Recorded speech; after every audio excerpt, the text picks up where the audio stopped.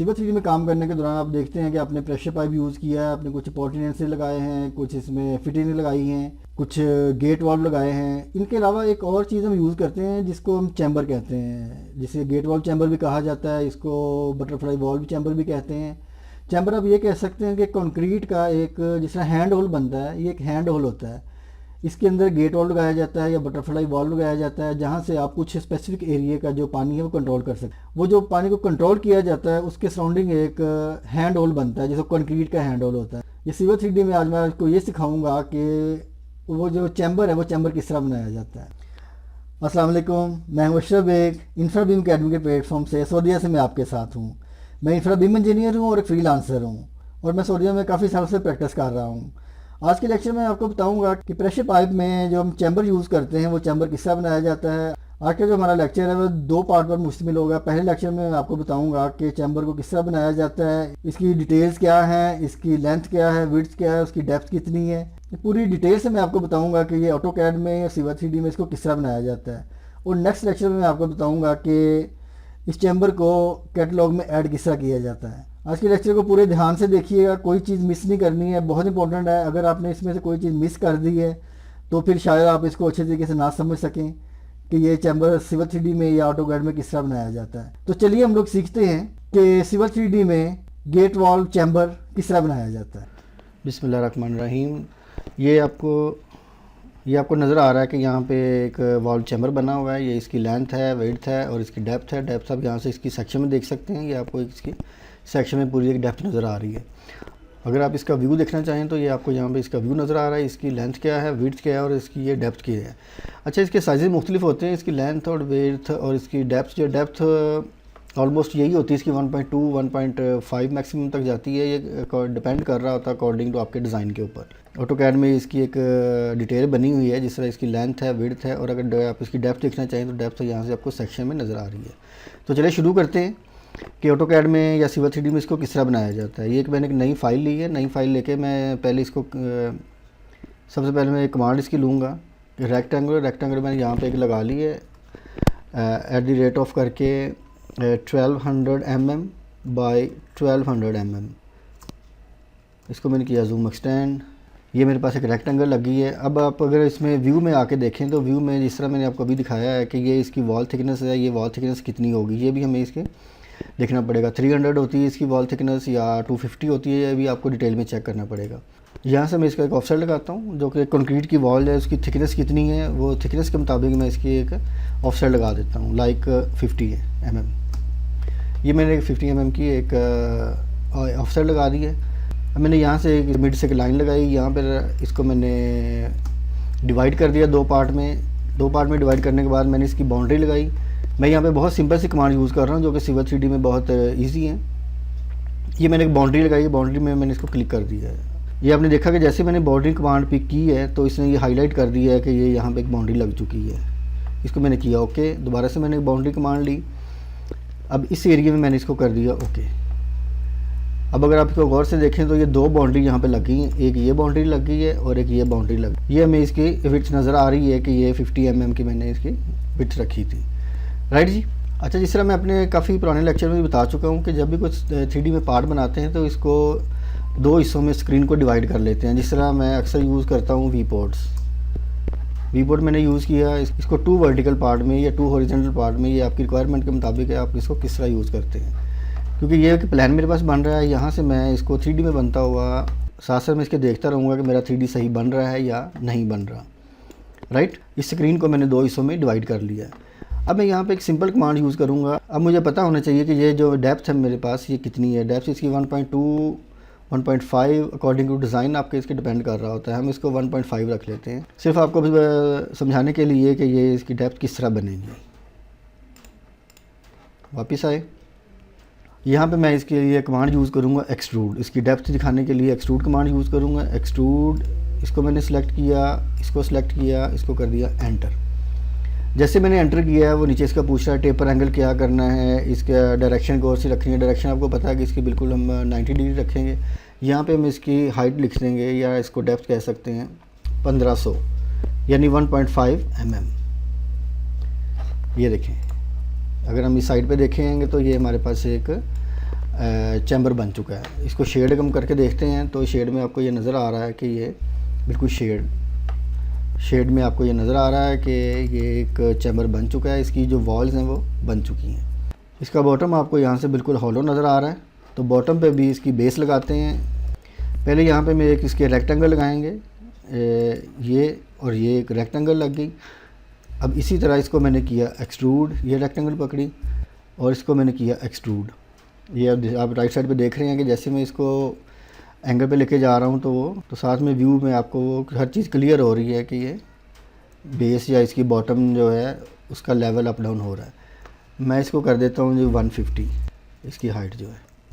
3D ओ करके हम देखते हैं तो ये आपको क्लियर इसका नज़र आ रहा है कि ये बॉटम इसका बन गया है। इसी तरह टॉप पे अगर हम देखते हैं, टॉप पे भी इसको बनाना पड़ेगा कि टॉप इसका हम किस तरह बंद करेंगे। फिर यहाँ पे इसके पाइप जिस तरह आपको नज़र आ रहा है, अगर हम ये इसमें जाके व्यू में देखते हैं कि ये हमें एक पाइप नज़र आ रहा है, इस साइड पे एक पाइप नज़र आ रहा है, ये इसके हॉलो जो है ये किस तरह बनने हैं। राइट, वापस चलते हैं। इसी तरह इस बेस को मैंने इसके जो बॉटम पे है ये कंक्रीट मैंने बनाई है, ये कंक्रीट जो स्लैब मैंने लगाई है, इसी तरह इसको करूँगा मैं कॉपी। इसका मैं पकड़ूंगा ये वाला एंड पॉइंट और ये इसके टॉप पे रख दूँगा। राइट, तो ये देखें ये मेरे पास इस तरह का एक पूरा एक बॉक्स बन चुका है जिसकी साइड की वॉल्स जो हैं वो कंक्रीट की हैं। इसकी जो बेस है बॉटम है वो भी कंक्रीट का है और जिसका टॉप भी इसका कंक्रीट का है। लेकिन अगर आप इसकी ड्रिल में जाके देखेंगे इसके व्यू में तो आपको यहाँ पे भी एक कंक्रीट ही नज़र आएगी ऊपर टॉप पे। इस व्यू में इन्होंने टॉप इसका दिखाया नहीं हुआ, लेकिन हम इसका टॉप इसका बनाएंगे। राइट, अच्छा ये मेरे पास बन गया जी एक चैम्बर।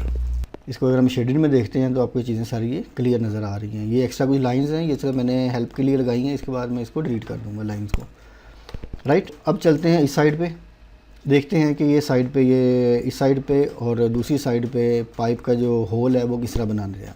अच्छा, ये पहले मुझे पता होना चाहिए कि ये जो पाइप है इसका डाया क्या है और किस रेडियस का या डाये का हम यहाँ पे होल करेंगे। अच्छा, मैं यहाँ पे सर्कल लगाता हूँ। सर्कल मैं इसका डाया रखता हूँ 400 का मतलब ये है कि जो 400 डाये का पाइप है उसी डाये का हमें यहाँ पे एक होल करना है। मैं इसको करता हूँ जी एक्सट्रूड लेके मैंने इसको कर दिया। जिस तरह मेरे पास ये अगर वॉल है ये मैंने रखी थी 50 mm की, तो ये जो होल है ये मुझे इससे थोड़ा सा ज़्यादा रखना पड़ेगा। 50 का था, इसको मैं कर देता हूँ 60। इसको 100 भी कर सकते हैं, इसमें कोई इतना मुश्किल नहीं है कि आप इसको फ़िक्स रखना है। ये सिर्फ आपको अभी पता चल जाएगा कि इसको मैंने ज़्यादा क्यों रखा है। ठीक है, अच्छा ये एक सर्कल था, सर्कल को मैंने एक्सट्रूड कर लिया। अब मैं यहाँ पे कमांड यूज़ करूँगा रोटेट 3D। रोटेट 3D भी पहले भी मैं आपको बता चुका हूँ काफ़ी लेक्चर्स में। इसको मैंने सेलेक्ट किया, सेलेक्ट करने के बाद इसको मैंने 2 एक्सिस जो पॉइंट थे ये दिए, यहाँ से इसको एक एक्सिस दिया, एक यहाँ से एक्सिस दिया। इसका नीचे पूछा है रेफरेंस मैंने इसको बताया कि मेरे पास 0 डिग्री पे पड़ा हुआ है, इसको 90 पे रोटेट कर दो। ये इसने 90 पे देखे रोटेट कर दिया है। ठीक है, अब इसी तरह मुझे ये भी पता होना चाहिए कि ये पाइप जो है या होल में जो करने लगा हूँ ये इसके बॉटम से ये इसका इन्वर्ट कितना है। अच्छा, मैं इसको क्या करूँगा कि यहाँ से मैंने इसको पकड़ा, मूव किया, मूव करने के बाद मैंने इसके लिए कोऑर्डिनेट ये मैंने इसको यहाँ से ये पकड़ा, ये इसके बाद मैंने इसको ये एंड पॉइंट ये रख दिया। ठीक है, अभी आप देख रहे हैं कि ये बिल्कुल मेरे पास यहाँ पे एज पे आ गया। अब इसको 100 mm में इसके बॉटम से उठाऊँगा। इसको मैंने किया मूव, बहुत आसान है, कोई मुझसे मुश्किल नहीं है, लेकिन सिर्फ आप तो इसकी थोड़ी सी तवज्जो दें। मैंने इससे आपको बताया था ना कि ये लेक्चर बड़ा इंपॉर्टेंट है, इसमें कुछ ऐसी चीज़ें हैं अगर आप इसको गौर से नहीं समझेंगे तो ये समझ नहीं आएंगी।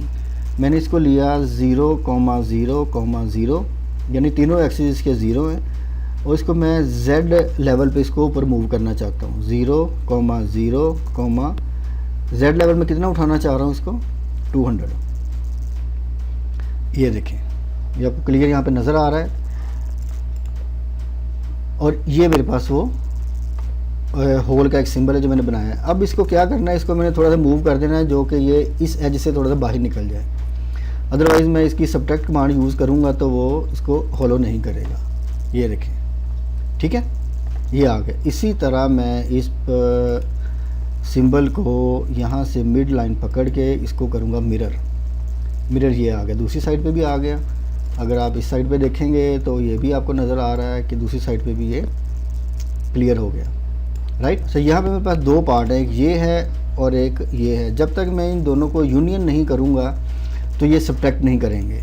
इसको मैंने सिलेक्ट किया, इसको सिलेक्ट किया और कर दिया यूनियन। अब ये एक जो पार्ट है ये बन गया है। अब मैं इसको करता हूँ सब्ट्रैक्ट। यहाँ पे मैं कमांड यूज़ करूँगा SUB। जैसे ही मैंने SUB एंटर किया है यहाँ पे आ गया सब्ट्रैक्ट, ओके। अब ये देखें यहाँ से ये पूछ रहा है जी सिलेक्ट ऑब्जेक्ट करें। मैं इसे कहता हूँ कि ये वाला ऑब्जेक्ट है, इसको सब्ट्रैक्ट करे, ये बीच में से निकाल दे। उसने वो निकाल दिया, ठीक है। दोबारा रिपीट कर रहा हूँ, दूसरी साइड पे आप देखें, इसको बड़े गौर से समझें, ये बड़ी समझने वाली चीज़ है। अगर आप इसको गौर नहीं करेंगे तो इससे ये सब्ट्रैक्ट कमांड कभी भी आपको समझ नहीं आएगी। दोबारा से यूज़ कर रहा हूँ, मैंने दिया सब्ट्रैक्ट। यहाँ पे वो आपको दिखा रहा है कि सिलेक्ट ऑब्जेक्ट करें। अच्छा, ये मैं आपको थोड़ी सी एक इसका हिंट दे दूँ कि जिस ऑब्जेक्ट में से दूसरा ऑब्जेक्ट आपने निकालना होगा उस ऑब्जेक्ट को पहले सेलेक्ट करेंगे। जिस तरह ये एक बड़ा ऑब्जेक्ट है, इस ऑब्जेक्ट में से ये मैंने छोटा ऑब्जेक्ट निकालना है। मतलब ये है कि पहले मैं इसको ये सिलेक्ट करूँगा कि ये वाले ऑब्जेक्ट में से मैंने ये छोटा ऑब्जेक्ट निकालना है। इसको मैंने किया एंटर। एंटर करने के बाद मैंने इसको कर दिया ये एंटर, राइट। ये आपको क्लियर हो गया। मेरा ख्याल है कि मैंने बड़ी कोशिश की है आपको ये समझाने की कि आपको समझ आ जाए सी मेरी बात की कि मैं एक्चुअली क्या समझाना क्या चाह रहा हूँ। बाकी आप इसकी खुद ट्राई करेंगे तो फिर ज़्यादा क्लियर हो जाएगा। अच्छा, इसी तरह ये टॉप पे अगर आप देखते हैं तो टॉप पे भी आपको ये चीज़ क्लियर नज़र आएगी कि यहाँ पे मैं एक होल बनाना चाह रहा हूँ। अगर इसकी आप डिटेल्स में जाके देखेंगे, मज़ीद इसकी फ़र्दर डिटेल में जाएंगे तो आपको ये यहाँ पे नज़र आएगा कि ये एक साइड पे ये इसके हैंड होल वगैरह बना हुआ है कि यहाँ से आप इसको या इसके अंदर किस तरह जाना है। यहाँ पे लैडर आपको नज़र आ रही हैं कि अगर इसकी डेप्थ ज़्यादा है तो यहाँ से आप किस तरह इसके अंदर जा सकते हैं। तो इसका ये छोटा सा एक एंट्रेंस है या हैंड होल इसे कह सकते हैं। ये भी इसकी डिटेल में किस तरह बनेगा तो चलते हैं दोबारा इसे ये फाइल की तरफ, इस पर आए। बाकी इसकी पूरी डिटेल जो है वो आप खुद बनाएंगे इसकी, क्योंकि जब तक अगर हर चीज़ मैं ही आपको बना के देता रहा तो आप इसको इसकी समझ नहीं आएगी। मैं इसने एक यहाँ पे रेक्टेंगल लगाई, यहाँ से ये एक रेक्टेंगल लगाई, आपने अकॉर्डिंग टू साइज़ लगानी है इसके, ठीक है। ये देखें, ये आपको एक रेक्टेंगल नज़र आ रही है। अब मुझे इस चीज़ का भी पता होना चाहिए कि इसको मैं जैसे दूसरे व्यू में करता हूँ, जूम एक्सटेंड, ये मैंने इसका ये वाला व्यू लिया, यहाँ से आपको ये नज़र आ रहा है कि ये यहाँ पे एक रेक्टेंगल पड़ी हुई है, ठीक है। इसको मैंने किया एक्सट्रूड, इसको मैं बॉटम की तरफ ले जाता हूँ या ऊपर ले जाऊँ, जैसे भी आपको आसानी हो आप इसको कर सकते हैं। आप लाइक समझें कि यहाँ पे रख लिया इसको, ठीक है। दोबारा से इसका व्यू मैंने चेंज किया सिर्फ आपको दिखाने के लिए कि ये एक हैंड होल या इसकी सफाई वगैरह करने के लिए या इसके अंदर जाने के लिए ये जो डिटेल है ये किस तरह बनेगी। तो ये था जी इसका एक तरीक़ेकार के जो इसका वॉल्व चैम्बर है वो किस तरह बनाया जाता है, इसकी डिटेल्स क्या हैं। ये मैंने एक सिर्फ आप उसका एक ज़्यादा डिटेल नहीं बनाई है, सिर्फ आपको एक बताया है कि ये चीज़ इस तरह बनेगी। बाकी ये छोटे छोटे इसके ऊपर जो डिज़ाइन बने होते हैं वो आप नेट से भी चेक कर सकते हैं। जिस तरह ये आप इसकी डिटेल देख रहे हैं कि यहाँ पे इसकी क्या कंक्रीट की स्लैब लगेगी या इसके स्टील की स्लैब लगेगी, इसकी डिटेल आप इसकी चेक करें और कोशिश करें कि इसको अब आप मज़ीद जो है वो ख़ुद ड्रॉ करें, ख़ुद बनाएं इसके। तो नेक्स्ट लेक्चर में मैं आपको बताऊंगा कि ये जो चैम्बर हमारे पास बन चुका है, इस चैम्बर को कैटलॉग में ऐड किस तरह करते हैं। तो जी दोस्तों, आपने देखा कि ये गेट वॉल चैम्बर मैंने आपको पूरा बना के दिखाया है कि ये ऑटोकैड में सिविल सिटी में किस तरह बनता है। बहुत आसान है, कुछ ना मुश्किल नहीं है। जिस तरह हर लेक्चर में कहा करता हूँ कि ये कोई रॉकेट साइंस नहीं है, बहुत आसान है। अगर आप इसको अच्छे तरीके से समझ गए हैं तो आप इसकी खुद कोशिश कीजिए। अगर नहीं समझ पाए हैं या कह सकते हैं कि मैं आपको अच्छे तरीके से नहीं समझा पाया हूँ तो आप मुझे कमेंट बॉक्स में कमेंट कर सकते हैं या व्हाट्सएप पे मुझसे रब्ता कर सकते हैं। जैसे आपको आसानी हो आप मुझसे रब्ता कर सकते हैं। नेक्स्ट लेक्चर में मैं आपको बताऊंगा कि इस गेट वॉल चैम्बर को कैटलॉग में ऐड किस तरह किया जाता है। तो इसके साथ मुझे इजाज़त दीजिएगा। इंशाल्लाह नेक्स्ट लेक्चर में फिर मुलाकात होगी। अपना बहुत सा ख्याल रखिएगा। अल्लाह हाफिज़।